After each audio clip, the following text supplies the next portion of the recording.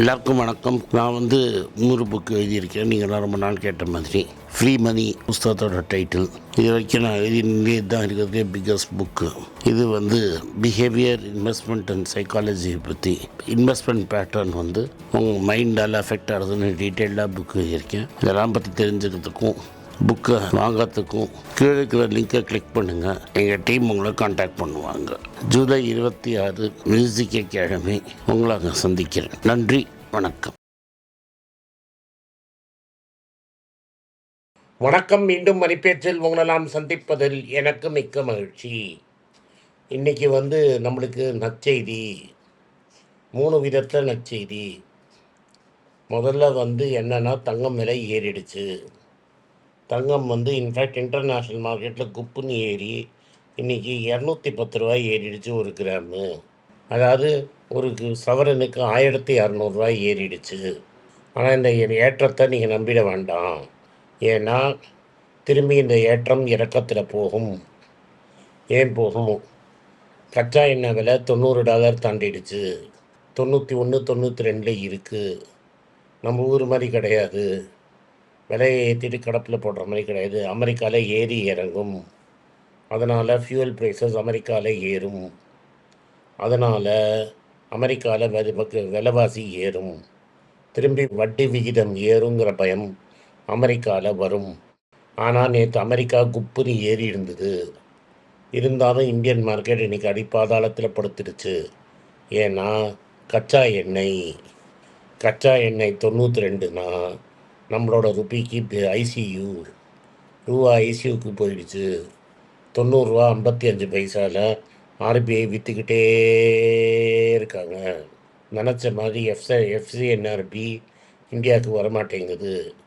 அதனால் கட்டத்தில் இருக்குது. பேசிகிட்டே இருக்கும்போது ப்ளூம்பர்க் என்ன சொல்கிறான்? கச்சா எண்ணெய் தெல் 95 தாண்டிடுச்சு. அப்போ ஒன்று குப்பு குப்பு குப்பு குப்பு குப்பு சிக்கு புக்கு ரேலே அப்படிங்கிற மாதிரி ரூபா 97 நோக்கி போயிட்டு இருக்குது. இதில் ஆல்ரெடி $100 பில்லியன் நம்ம ஷார்ட் அடித்து வச்சுருக்கிறோம். அதனால் நம்ம என்ஆர்ஐ கிட்ட $50 பில்லியன் கேட்குறோம். சிங்கிஸ் கிங் இருந்தபோது, ராஜன் அட்வைசராக இருந்தபோது $50 பில்லியன் 2 வாரத்தில் கொட்டிடுச்சு.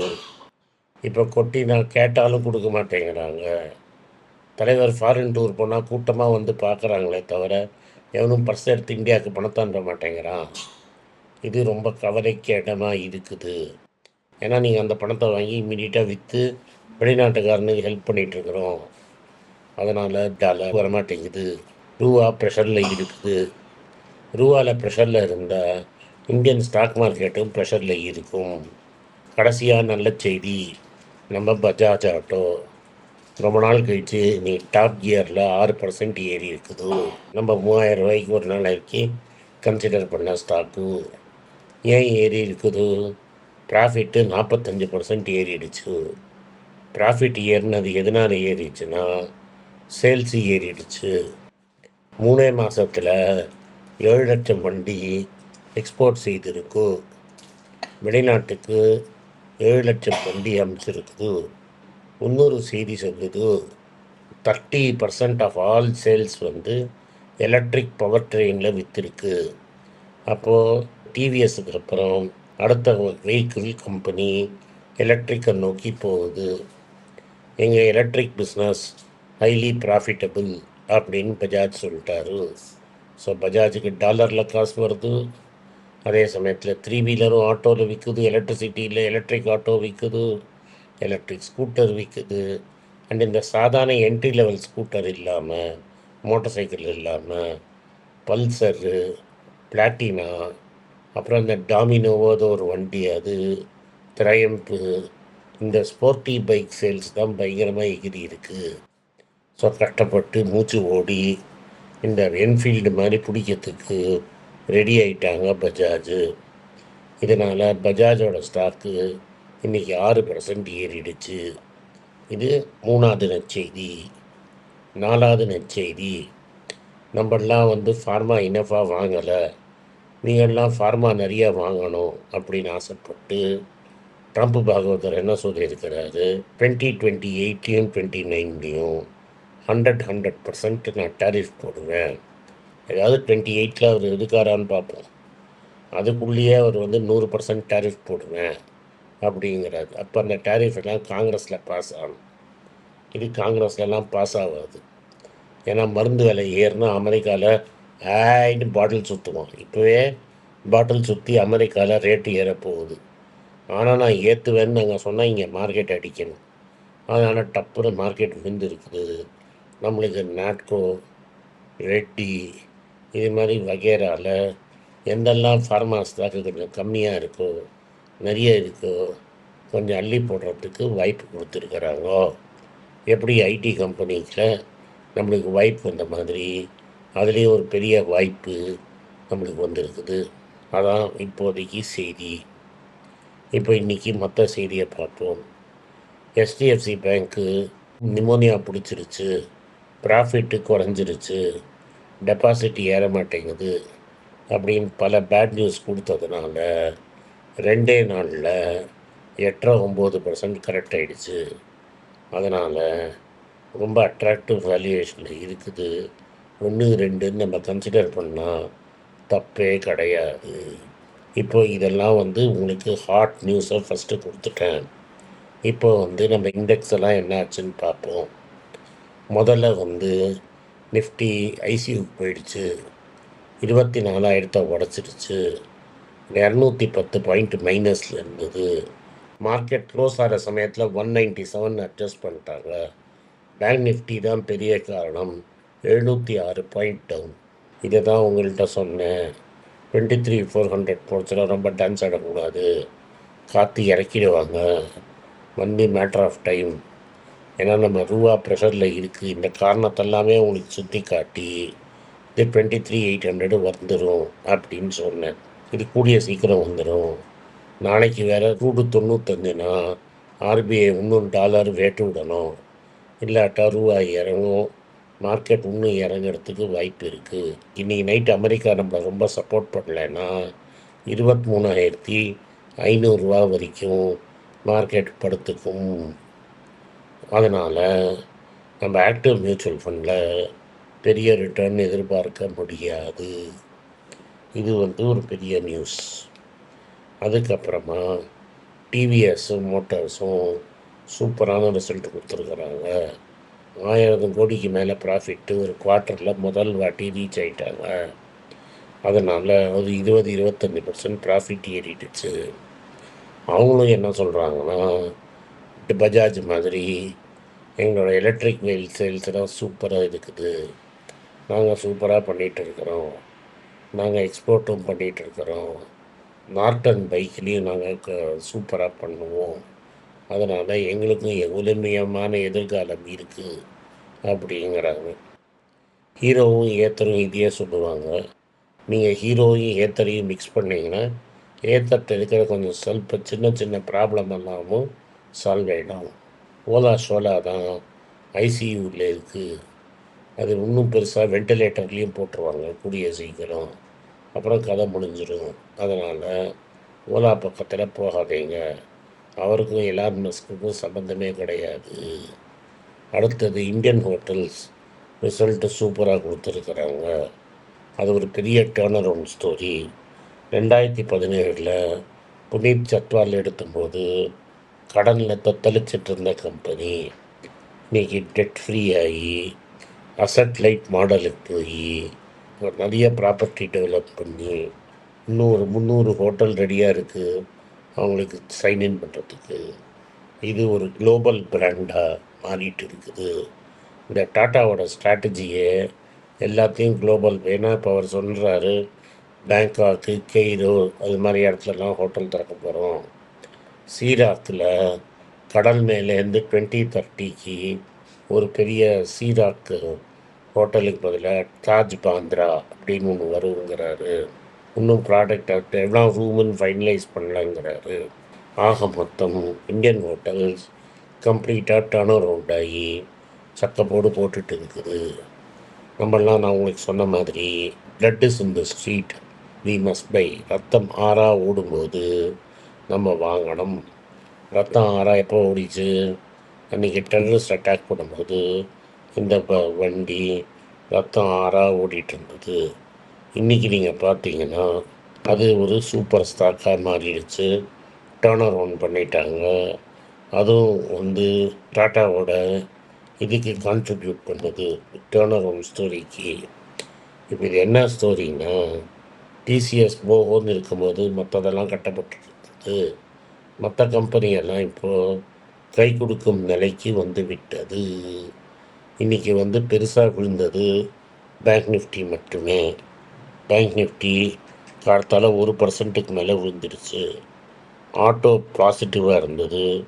Pharma 2% negative, IT 1% negative, FMCG 0.4 negative, metal 0.2 negative, Bajaj auto 6%, Kalyan jewellers positive, South Indian bank 1.2% positive, Natco ஒரு 3% கிட்ட கார்த்தால கவுந்திருந்தது. கர்நாடகா பேங்க் 2% காலி, ஜைடஸ் லைஃப் சயின்சஸ் 2% காலி, Cipla 1.8, doctor Reddy 1.2, Sun pharma 1.1, Tech Mahindra 1%, Tamil Nadu mercantile bank 1%. So பேங்க்கும் ஃபார்மாவும் ஐடியும் பெருசாக அடி வாங்கியிருக்கு. ஆனால் ஃபார்மாக்கும் ஐடிக்கும் ருப்பி வீக்னஸ்ங்கிறது ரொம்ப சூப்பராக இருக்கும் உங்களுக்கு. இன்னொரு விஷயம், ஐடியில் காக்னிசன்ட்டுக்கு $500 மில்லியன் ஒரு கான்ட்ராக்ட் வந்திருக்கு. இது ஹெல்த் இன்சூரர் கம்பெனி சென்டினி அப்படிங்கிறதுலேருந்து வந்திருக்கு. ஸோ இது மாதிரி பெரிய டீல்ஸு வந்துட்டுருக்கு. விப்ரோவோட கன்சியூமர் கேர், அதாவது இது privately owned company by Premji. இந்த கம்பெனி என்ன ப்ரெஷர் இருந்தாலும் டேர்ன் ஓவரோ 9% மேலே க்ரோ ஆகிருக்கு. இவங்களுக்கு ஆஃப்ரிக்கா, சவுத் ஈஸ்ட் ஏஷியாலெலாம் பல பிராண்ட் இருக்குது. இப்போ ஃபிலிப்பீன்ஸில் எஸ் பிராண்ட்ஸ் அப்படிங்கிற ஒரு பிராண்டு கம்பெனியை பிரேம்ஜி வாங்கி விட்டார். கரூர் வைஸ்யா பேங்க்லேயும் ரொம்ப கன்சர்வேட்டிவான பேங்க்கு. பிஆர் சேஷாத்ரி 25 ரூபாயில் இருந்தபோது நம்ம கன்சிடர் பண்ணது 45% ப்ராஃபிட் எகிரி இன்னைக்கு ஓஹோன்னு இருக்குது. அதோட விலையும் 2 நாளாக கபன்னு ஏறி இருக்குது. ஒரு நல்ல டிவிடெண்ட் அமௌண்ட் டிக்ளேர் பண்ணியிருக்கிறாங்க. ஸோ அதுவும் ஒரு மல்டி பேக்கராக நம்மளுக்கு முடிஞ்சது. கரூர் வைஸ்யா பேங்க்கு ஒரு இந்த வாரத்தில் பயங்கரமாக ஏறி இருக்குது. ஐசிஐசிஐ பேங்க்கு கவர்மெண்ட்டை ஹெல்ப் பண்ணுறதுக்கு $500 மில்லியன் பாண்டாக கிஃப்ட் சிட்டி மூலமாக போடுறதா அனௌன்ஸ் பண்ணியிருக்காங்க. இந்த $500 மில்லியன் ரைஸ் பண்ணிடுச்சுன்னா அவங்க வந்து ஆட்டோமேட்டிக்காக வந்து அது இந்தியாவுக்குள்ளே கொண்டு வருவாங்க. கவர்மெண்ட்டுக்கு $500 மில்லியன் கிடைக்கும்.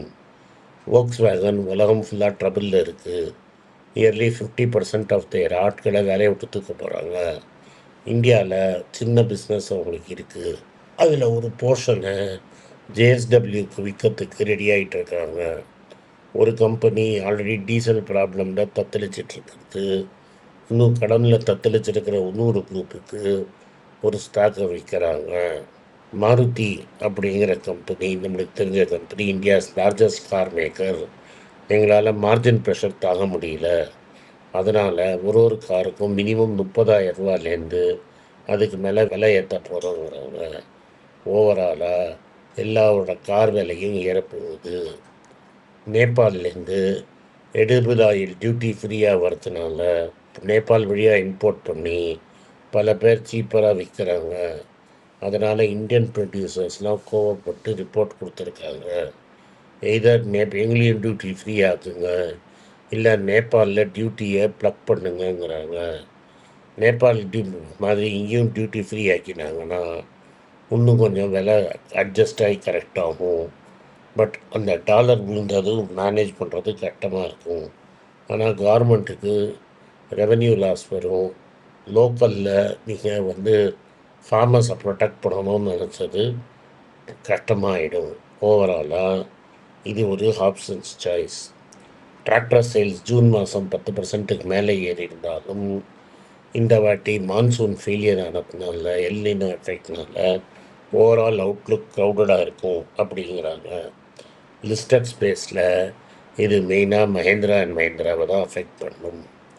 இதுதான் இன்றைக்கி முக்கிய செய்திகள். இன்றைக்கி நீங்கள் கன்சிடர் பண்ணியிருப்பீங்கன்னு நான் நம்புகிறேன். ஸோ இது மாதிரி பல வாய்ப்புகள் வரும். நான் சொன்னது நடந்துருச்சு. மார்க்கெட் 24 உடச்சிடுச்சு. 24,400லேருந்து அப்படியே ஏற போகிறதில்ல. அதனால் ட்ரம்ப்போட டாரிஃப் டேண்ட்ரம் திரும்பி இந்தியாவை ஃபைட் பண்ணிடுச்சு. இன்றைக்கி மெயினாக விழுந்தது ஃபார்மா செக்டர்னால். வரப்போகிறது 1.5 வருஷம் கழிச்சு வரச்ச நம்ம கன்சிடர் பண்ணணும். டாரிஃப் ஏறினா அமெரிக்காக்காரன் தான் ஜாஸ்தி காசு கொடுக்கணும். அமெரிக்காவில் மேனுஃபேக்சர் பண்ண முடியாது. இதுதான் தாத்பரியம். இந்த வீடியோ உங்களுக்கு பிடிச்சிருந்தா இந்த வீடியோவை லைக் பண்ணுங்கள், எங்கள் சேனலை சப்ஸ்கிரைப் பண்ணுங்கள், பெல் நோட்டிஃபிகேஷன் தட்டுங்க. இந்த வீடியோ முடிஞ்சால் உங்கள் சொந்தக்காரங்களுக்கும் ஃப்ரெண்ட்ஸுக்கும் அனுப்புங்க, அவங்கள பார்க்க சொல்லுங்கள். நன்றி, வணக்கம். எல்லாருக்கும் வணக்கம். எல்லாருக்கும் ஒரு இம்பார்ட்டண்ட் அறிவிப்பு. நான் யார்ட்டையுமே பணம் வாங்குறது கிடையாது. நான் யாரையும் டைரெக்டாக கன்சல்ட் பண்ணுறது கிடையாது. என் பேரை சொல்லி நிறைய ஸ்கேம் நடக்குது. டெலிகிராம் குரூப், வாட்ஸ்அப் குரூப்னு. எனக்கு இருக்கிற வாட்ஸ்அப் குரூப்னால் சும்மா இன்ஃபர்மேஷனுக்கு மட்டும்தான். நான் செபி ரிஜிஸ்டர்ட் அட்வைசர் கிடையாது. நான் சேனல் நடத்துறது எஜுகேஷன் பர்பஸ். அதில் ப்ரைஸே பேச மாட்டேன். இதை வாங்கு அதை வித்துருன்னு சொல்லவும் மாட்டேன். என் பேரை சொல்லி பண்ணுறாங்கன்னா ஏமாந்துடாதீங்க. நன்றி, வணக்கம். எல்லாருக்கும் வணக்கம். குழந்தைங்களுக்காக ஃபைனான்ஷியல் லிட்ரஸி, மணி ஃபார் நத்திங்னு 2வது பார்ட்டு. அண்ட் இதில் வந்து செக் எழுதுறது எப்படி, டெபாசிட் ஸ்லிப் எழுதுறது எப்படி, பணம் எப்படி வந்தது, பார்ட்டர்லேருந்து டிமானிட்டைசேஷன் வரைக்கும் எல்லாத்தையும் கவர் பண்ணியிருக்கோம். உங்கள் குழந்தைங்க அப் டு ஏஜ் 10-12க்கு ரொம்ப யூஸ்ஃபுல்லாக இருக்கும். இந்த புக் இப்போதைக்கு ஒரு ஸ்பெஷல் ப்ரைஸில் 450 ரூபாய்க்கு கொடுக்குறோம். இதை யூஸ் பண்ணிக்கோங்க. நன்றி, வணக்கம். moneypage.com வெப்சைட்டை சப்ஸ்கிரைப் பண்ணுங்கள். ஒரு வாரத்துக்கு 4 ப்ரீமியம் ஆர்டிக்கலும் ஃப்ரீ ஆர்டிகல்ஸ் ஒரு 10லேருந்து 15 நாங்கள் போடுறோம். இது சப்ஸ்கிரிப்ஷன் ஒரு மாதத்துக்கு 99 ரூபா தான். இங்கே சொல்கிற கான்செப்ட்ஸை கிரேட்டாக எக்ஸ்பேண்ட் பண்ணி போடுறோம். நீங்கள் படித்தீங்கன்னா உங்களுக்கு யூஸ்ஃபுல்லாக இருக்கும். நன்றி, வணக்கம். வணக்கம்.